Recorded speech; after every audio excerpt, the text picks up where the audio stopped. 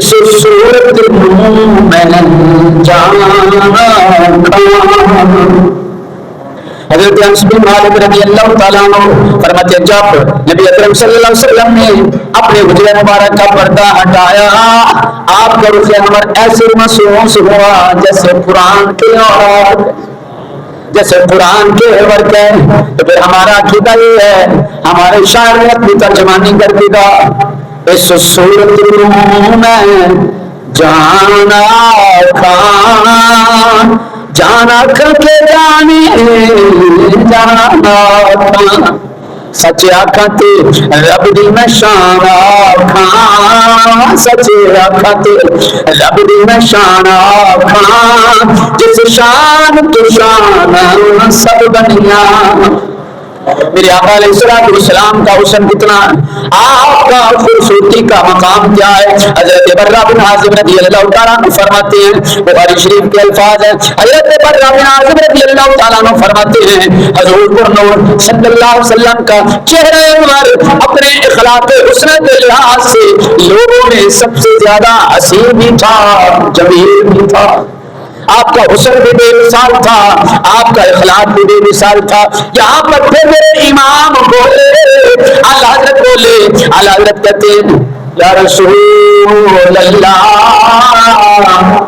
تیرے خلق کو حق نے، تیرے خلق کو حق نے عظیم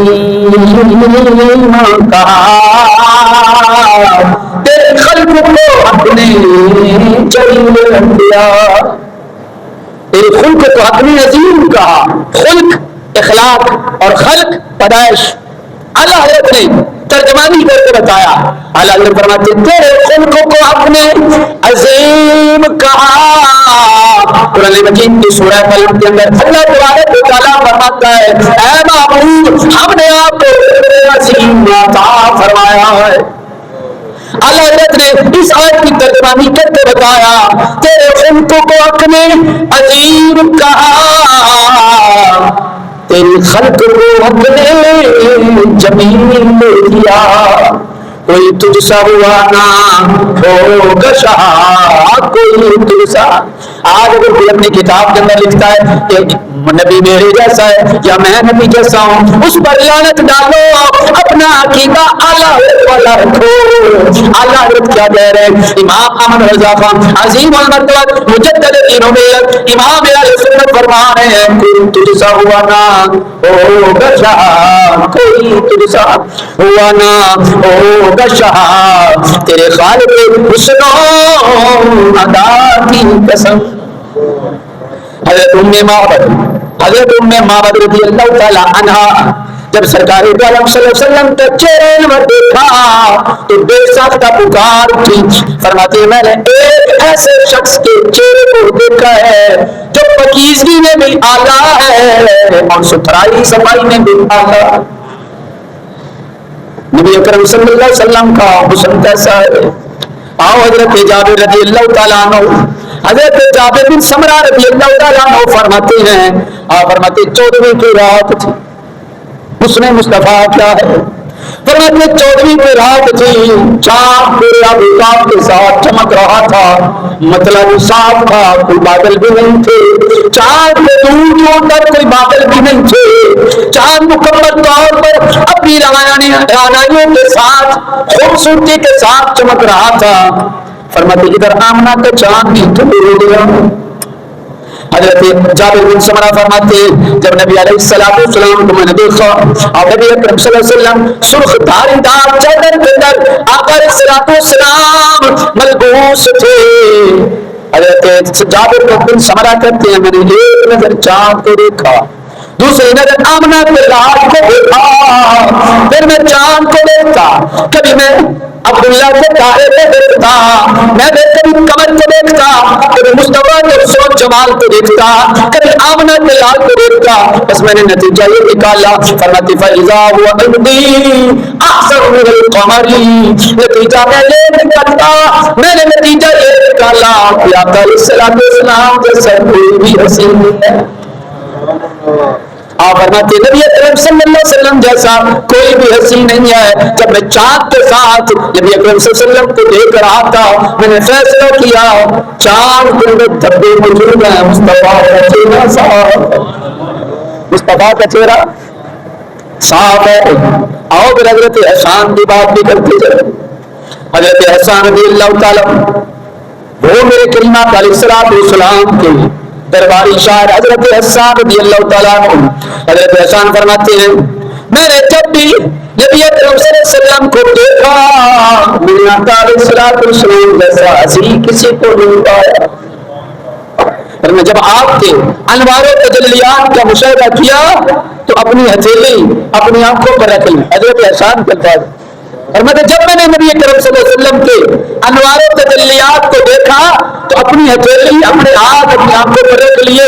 کیوں رکھ لیے کہ کہیں انوار و تجلیات کی وجہ سے میری بینائی نہ ختم ہو جائے, میں کہیں بینائی سے معروف نہ ہو جاؤں.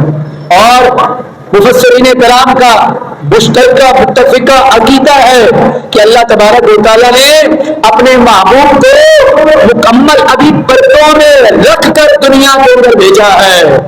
اگر سارے پردے ہٹا دیے جاتے رخ مصطفیٰ سے حسن مصطفیٰ سے اگر سارے پردے ہٹا دیے جاتے تو کریم آقا علیہ السلام کے چہرے کی کام کو یاد نہ. اتنا حسین اللہ تبارک و تعالیٰ نے اپنے محبوب کو بنایا ہے. اتنا خوبصورت رب جلال نے تو اپنے محبوب کے حسن و جمال کی قسمیں کھائی ہیں. قرآن پڑھیے, قرآن اس بارے میں کیا کہتا ہے. اللہ تبارک و تعالیٰ نے ارشاد فرمایا والضحیٰ واللیل اذا سجا, اے محبوب چاند کے وقت کی قسم ہے, رات کے وقت جب رات ڈھل جاتی ہے اس کی قسم ہے.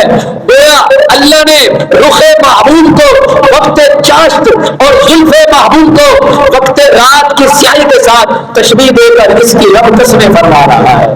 مطلب اللہ تبارک و تعالیٰ اپنے محبوب کے چہرے کو یہ فرما رہا ہے والضحیٰ, اے محبوب آپ کا چہرہ ایسا حسین ہے, ایسا چمکنے والا ہے. اے محبوب آپ کا چہرہ ایسا روشن ہے کہ جیسا کہ چاند کے وقت سورج چمک رہا ہو.